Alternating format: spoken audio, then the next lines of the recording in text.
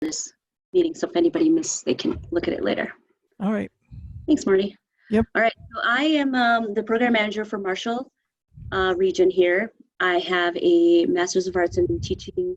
Actually, I'll be finishing that up this fall or this spring here, but I do have my Master's in Special Education. I have a Bachelor of Science in Elementary Education. I started my career as a teacher, so I taught at a school in Minneapolis called New Milan Academy. It was a Hmong charter school. I taught there for 2 years. And then I moved down from the Twin Cities area to Marshall area here. And I taught at Tracy Area School District for the last 7 years. I started off as an elementary teacher, and then I began teaching both special ed and ESL before I changed careers and became the program manager for Marshall. And then Sean is the program manager for Montevideo. He's only been with us since November. He has a Master's of Arts in Management, Bachelor of Science in Mathematics. He's an Associates of Arts instructor for technology. He worked at the University Department, and he was a professor there for about 3 years. He was in the Army, so I believe that is related to the Army there. He also worked at Career Technical College and was an instructor there. And right now he is working towards his K-12 admin license. So he's doing an internship with Redwood Falls. So I'm sure the Redwood Falls people have seen him around. I know that some of us joined us late, so how about before we get started, before we get to our agenda, can I have everybody introduce themselves who's joined us today and tell us your name and then where you're from or what school district you represent.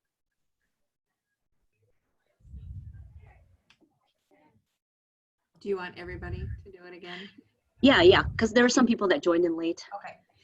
Tony Bartman, I'm from Pipestone Area Schools. Thank you.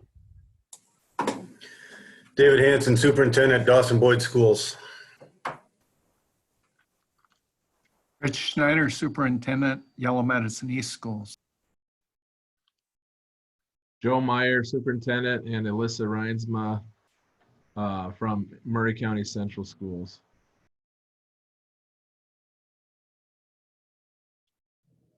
We have an Allie Carlson.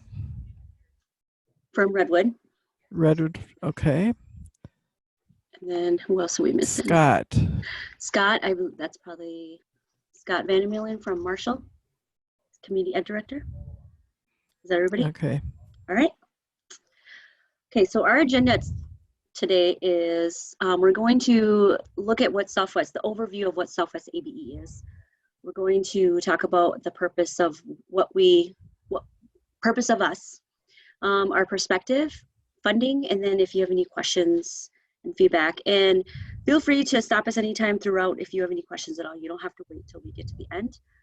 I believe, let me see if there's I think on yours, you might be able to have like a hand raising one or if you have questions that you don't want to interrupt, you can go to the chat and it'll pop up on my screen and I can see who has a question for me. So any questions before we get started?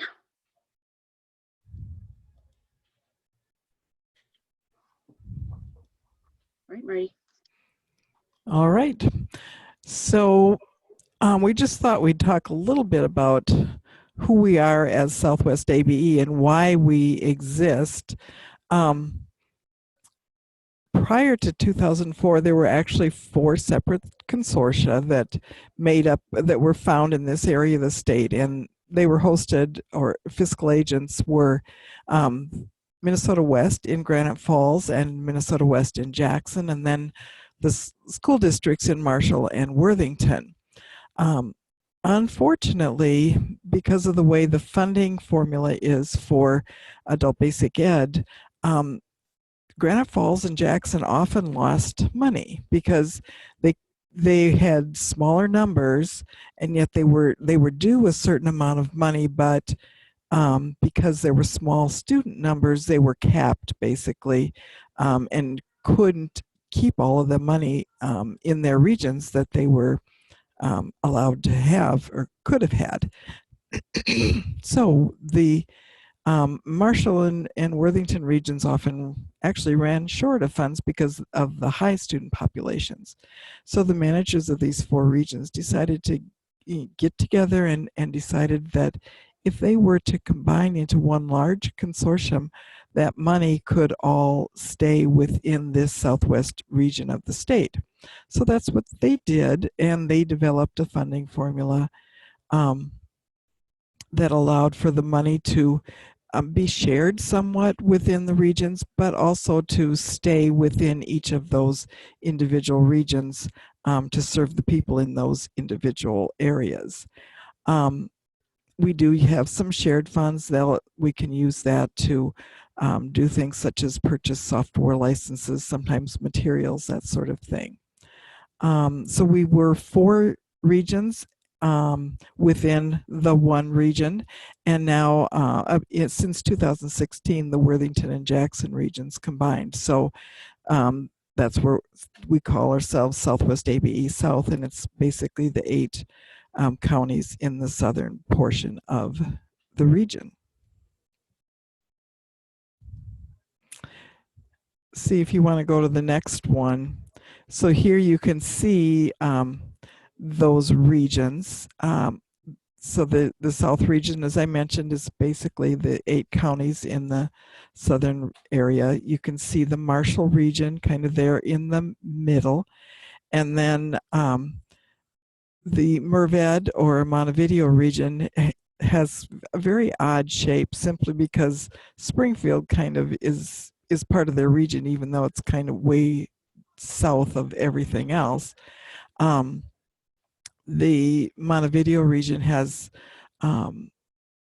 it looks fairly large, but it does have a lot of small towns, so their population is fairly small up there.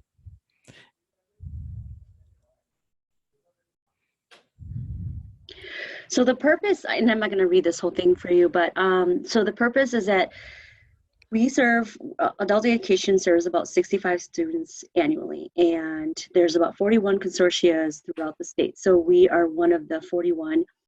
Obviously up in the cities, they have a lot more consortia because they have such a bigger population that they need to zero down on their space. So, and there's even a consortia that is just made up of the Department of Correction. They have just distinctly theirs because they have so many students within their department there, but there's 41 all over the state, and some up in the northern state obviously is a bigger area, kind of like Marty was talking about with Montevideo. It covers a big region, but there's a lot smaller sites, so kind of like that with our northern consortia up there.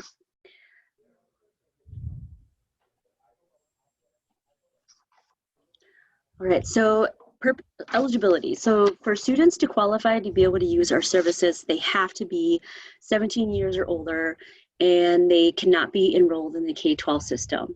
So if a student is 20 years old and they still are in the K-12 system, we cannot serve them. We get asked all the time if we could provide extra ESL services to students who are still K-12, and we cannot serve them because they are still K-12 and they will get the K-12 funding. So we can't overlap on funding in that way. And they also have to, and also to serve them, they need to lack a secondary or high school credential, and they function below the 12th grade reading level in any of the basic academic areas, including reading, math, ability to read, write, and understand English. The outcomes is they need to want to obtain employment or improve employment by getting a new job or getting a promotion, to achieve a high school equivalency, such as a GED or a diploma. They want to gain and improve skills necessary to attend a post-secondary education, such as going to tech school or 4-year. They want to get better at their English skills. So they want to be better at reading, speaking, reading, writing.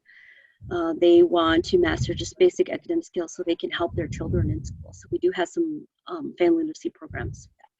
They want to become a U.S. citizen and they don't know how to do that. They want to become more active and engaged community member. And also some of them just want to gain some self-esteem and confidence and and achieve some kind of personal goal that they've always wanted to do that they couldn't achieve before. Okay, and as far as being a provider, a consortium, we have to follow the state guidelines, and so one thing that we have to do is all of our students have to complete enrollment information, and we have to enter all that information into our state database. All of our participants have to be assessed by an NRS approved assessment within the first 12 hours of their instruction. And then the content domain of our instruction needs to include the 3 sets of standards that have been approved in Minnesota. So we include the CCRS, the College and Career Readiness Standards, ACES TIF, which is Academic, Career, and Employment Skills. We need to include that in our instruction, as well as North Star Digital Literacy Standards. So digital literacy is an important part of education these days, and we need to include that in our instruction as well. All of our students have to be post-tested after they've attended 40 hours or a little bit more. That's okay, but we do need to use that post-test hopefully to show level gains. And through that, then we do have to do a yearly application every year that shows how we have fared over the past year as far as enrolling students, keeping track of those students, and showing that students have made some sort of improvement or level gain. Every 5 years, we have to do a 5-year narrative. We're doing that this year.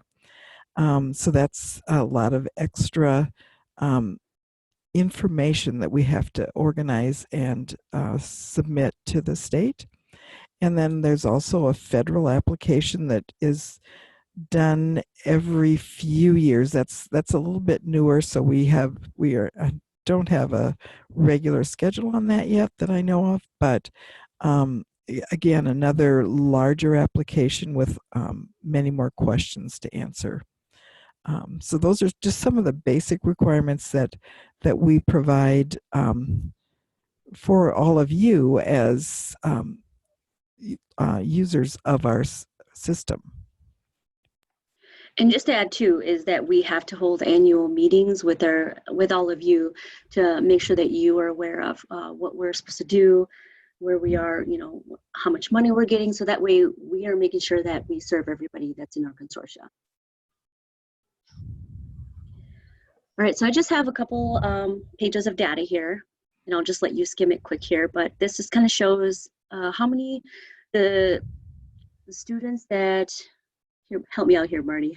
Okay, well, this is going to show, basically, you can see this, I guess our total number is 1,207. That's how many students we have served. This was fiscal year 2019. And you can see how many of those were born in the U.S. and how many were born outside of the U.S. And then you can also see the age group, so we don't need to go through all of that. But obviously, we have a large number of students who are non-English speaking, born outside the U.S. And this just shows the different counties that are represented in Southwest ABE. You might notice there's a few counties that are not in Southwest ABE. Most likely those were participants at one of our jail sites, and they just ended up in our jails from some other place. And this is the schools that are represented in our area. And again, some of these schools are not within our area. Again, probably jail students.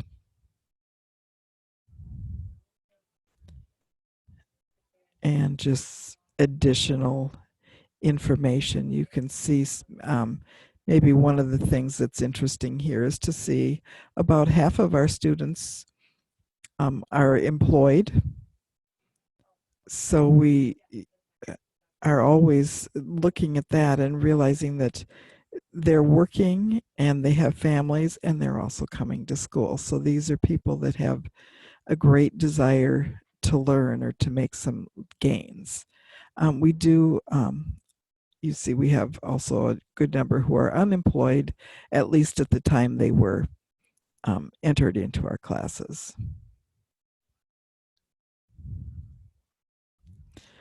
So the first, those charts were all Southwest ABE. So these are just some information, and see, can we send this PowerPoint out so that people can later have it to refer back to, because obviously there's a lot of information we're not going to cover. Yes, absolutely. Okay, so just as far as this is Southwest ABE South, so those 8 counties that are in the southern portion of our region.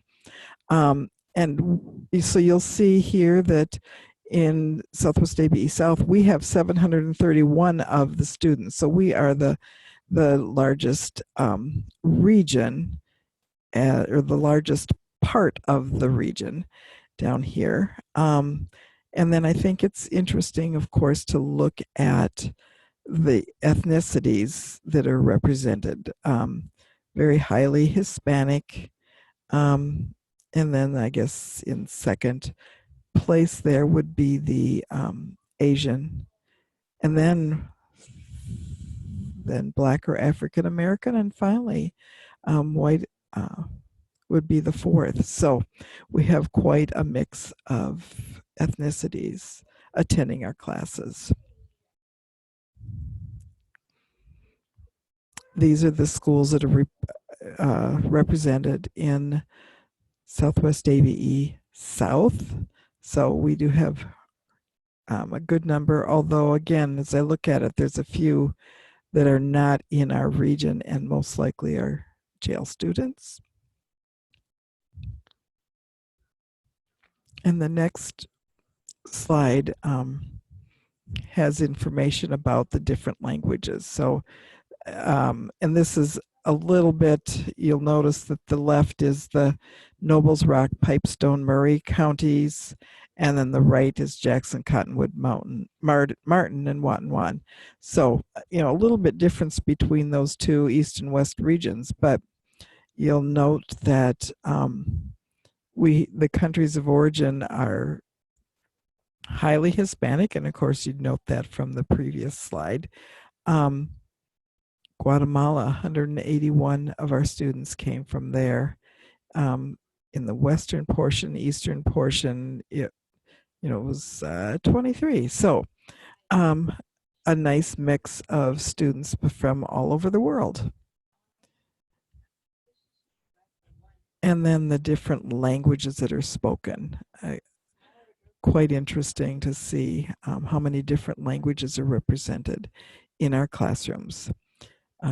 Makes for quite an interesting place to work, I would say. Just as a general overview of Southwest ABE South, are basically, you live here, so we are mostly small town and rural. The sites are the same. So most of our sites are one-room schoolhouse format, where we've got a mix of people, different levels, even sometimes ESL and ABE all working together in the same classroom. An exception here would be in Worthington, where we're able to have ESL classes that are leveled. But in general, we have pretty small class sizes for most of the region. We do have a couple of correctional facilities, Prairie Justice here in Nobles County and Martin County Jail. So that's a even more interesting situation, because people are in and out fairly quickly. So we do what we can with the inmates while they're able to attend. We do partner with Career Force and Minnesota West. Particularly, we offer CNA classes, and we offer community interpreter classes. This is part of our career pathway programming. So the idea is that we're helping individuals get into a career. So we work very closely with them to enable them to learn the skills that are needed to enter one of those careers. Certainly the challenges in this region include the distance. We don't have sites in every town simply because we don't have the numbers to make that possible. So people may have to drive. And then even for those where we do have sites, irregular student attendance can be a problem. And one of the things that is probably not a problem, but it does affect our attendance, is the low unemployment numbers. People are working, and when they're working, it's a little bit harder to say, I need to go to school because they're working, they have families, and often decide that school may be the thing that they have to let go. As far as staffing in Southwest ABE South, we have one program coordinator, that would be me, and I am full-time. I do have two program secretaries that work here in Worthington. They each work 30 hours a week. And then as far as teaching staff, I do have two teachers who are full-time, and then throughout the region there are 13 part-time teachers. So more of our teachers are part-time than anything else. And I do want to say thank you to all the very involved community ed directors, because they really are an important part of our program and help us to keep things running. So if you're one of those directors, thank you so much for what you do for our programming. Some of the things that we are proud of would be in Worthington and Laverne, we're providing busing and childcare for our participants. That really helps with making access more possible for those students who otherwise may not be able to get to class, or may have children that they couldn't find somewhere else for them to be. So we do provide that. We have partnered with several different employers. Currently, we partner with Monogram Meats, and as a way to encourage their employees to attend, they actually pay them for the time that they attend class. So it's helpful to us because people come to class, and it's helpful to those students because they're getting a little extra in their paychecks. And then we do provide assessment training, as I mentioned earlier, for ABE teachers throughout the state. And that's the Southwest ABE holds a grant through it's a supplemental services grant for assessment. And we've held this grant since 2007. So that's a way for us to be able to provide training for people all throughout the state. All right, so kind of the same things that Marty went through with her South region, we're going to go through with Marshall's region. So I'll just let you take a quick peek at some of the numbers here that we have for students that are enrolled in our program. And then the school districts that we serve. And then keep in mind, as Marty mentioned, that there's some students that come from other school districts that might pop up here, such as like Bird Island. That's not really our region, but we'll get students from there. And then these are the counties that we serve, and people with disability, learning disability, work status. So our number is a little lower with Marty in terms of people who are employed, but we still get, but it is still really awesome that they come and they balance that work and going to school, that it is important to them. And then just an overview of us is Marshall is the fiscal host of Southwest ABE. So that means that we are in charge of the money here, and then we disperse it out to the other two regions. We're also a rural area, with Marshall being the central site. We have a one-room schoolhouse, which means that we have open enrollment and students can just come and go when they want. They can stay as long as they want. They can not stay as long as they want. And we're teaching multiple different levels at the same time. The only thing that we do separate at our center here is that we have a separate GED and a separate ESL. Otherwise, our remote sites, those are all one-room schoolhouse where they might be doing GED or citizenship or ESL. We have pretty small class sizes at our remote places and our GED. Our ESL classes are not as big as Worthington's, but we're getting there. We figured out that, you know, talking head there, but childcare is one of our biggest problems, and we don't have the facility right now to be able to have full-time childcare or the funds to do that. So that's something in the future that I want to be able to look into. And as well as Worthington, we do partner with Career Force in Minnesota West, and we have CNA and welding up here. And we do CDL on the side, so that one's kind of always an ongoing thing, but CNA and welding are the ones that are scheduled for every fall and spring. And it goes with the school calendar because we have high school students that we do a hybrid class, so we mix high school students and adult students. And it works really well. It's a really neat method that's started a couple years ago by my predecessor, Pat Thomas.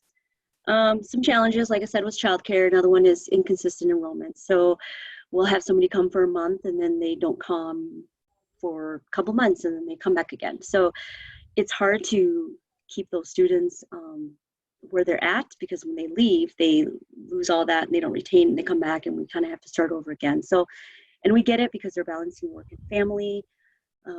But if we can try to get them to keep coming, that's our goal there. Low unemployment rates is another challenge that we have with, you know, if anybody can work. And so it might not necessarily be a quality job, but if they can work, they're going to go and work. But we do try to encourage them to come back, and we try to have a pretty flexible schedule so that they can work it in there. So if they can come to a morning class, or they can come to a night class, or they can come during the day.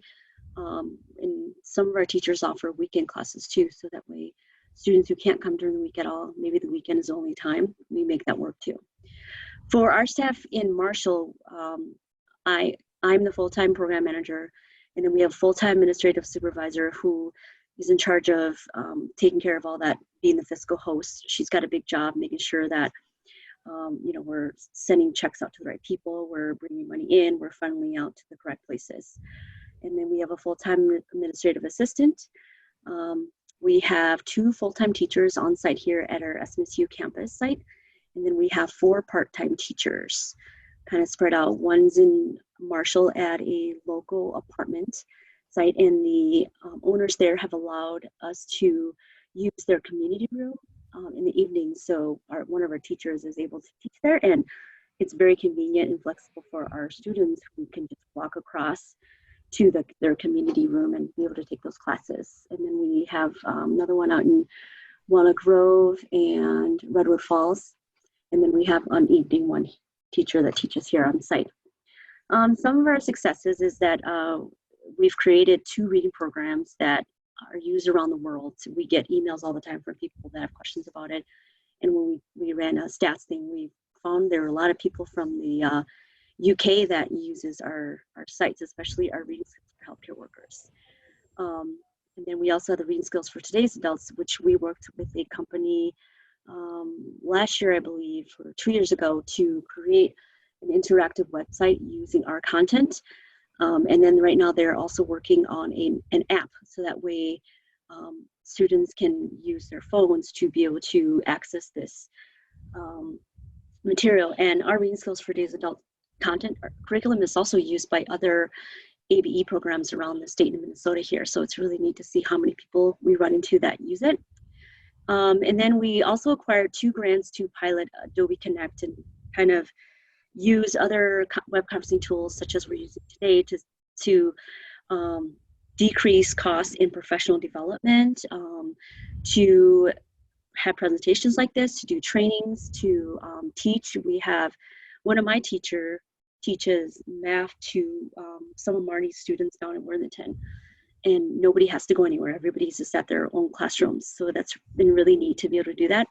So we've been finding that there's more and more ways of how we can use web conferencing to really expand how adult education is being taught, and that's really exciting to see that. And it's getting a little pushback because nobody likes anything new, likes to try new things or move, especially technology, which is very intimidating. So we're trying to make it as less painful as possible. So we've been trying to make sure we hold lots of trainings. When Marty does her CASAS training, we've let her, or she's allowed us to tape her, and we stream it out to everybody else in the state who needs to get certified. And so that's been awesome, because especially some of those days last year when we had snow days, we were still able to get that training out to people, and they were still able to get certified, and everybody won in the end there. So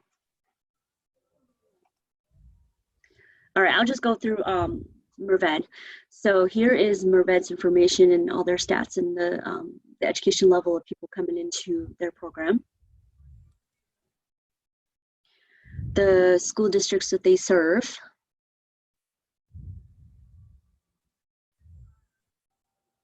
Oh, and their counties. The counties here. And then their disability, learning disability, and work status. And then their overview is they are a rural education provider. They are like Marty and I, one-room schoolhouse, small class sizes. Their biggest area would be their correctional facility in Renville County Jail. They have a GED program there. The jail administrator has been very supportive in making sure that, or giving opportunities to inmates to become to get skills and build their confidence, so that way when they are released from jail, that they can actually go and look for jobs instead of kind of getting in trouble again. So they've been a great supporter of helping out inmates there. They also partner with Career Force. They do the same programs as we do with CNA and welding. Their challenges are kind of the same as Marty and I, our same challenges is the distance, the access, irregular student attendance, low unemployment numbers. Their staff they do not have any full-time staff. Sean is only 3/4 of the time, and they share an administrative assistant with the Merved School District, and they get her for about 10-15 hours a month.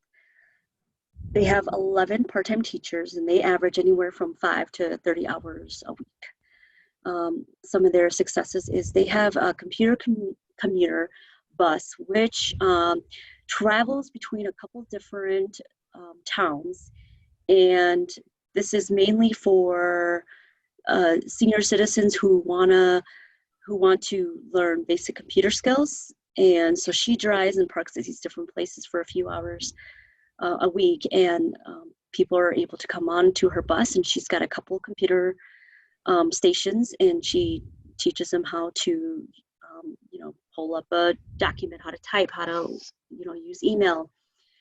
And so I'm not sure how much longer the grant is for this computer commuter bus, but I believe I think it might be the last year that they have it, but it's been a pretty amazing program that they've had running around. But I think that bus has seen better days, so I think it's also nearing its end there too. And then at the jail, at the Renville County Jail, they just had their 100th GED graduate this year, so very exciting for them.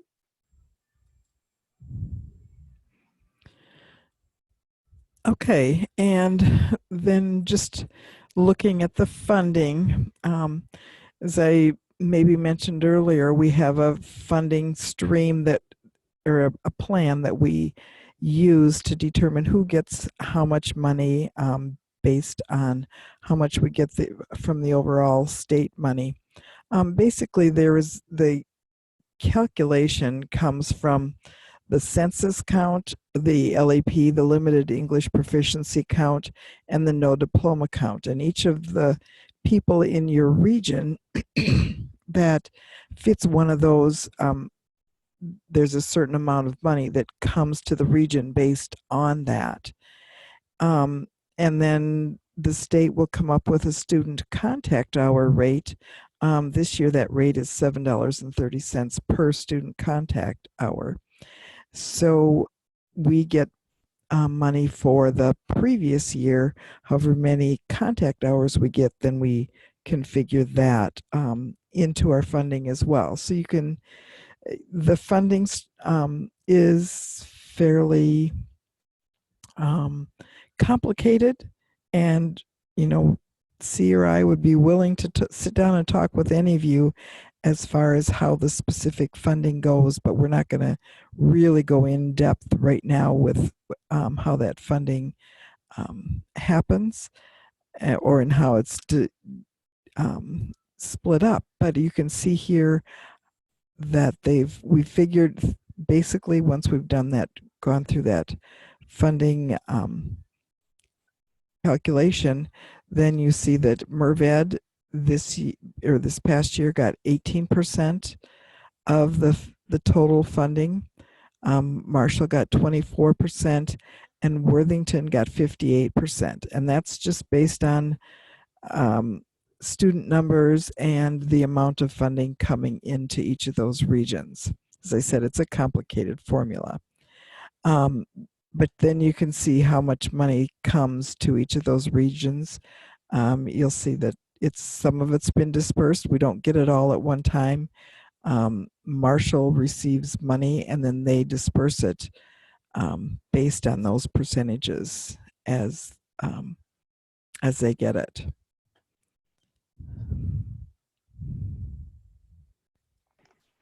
All right, do we have any questions, comments?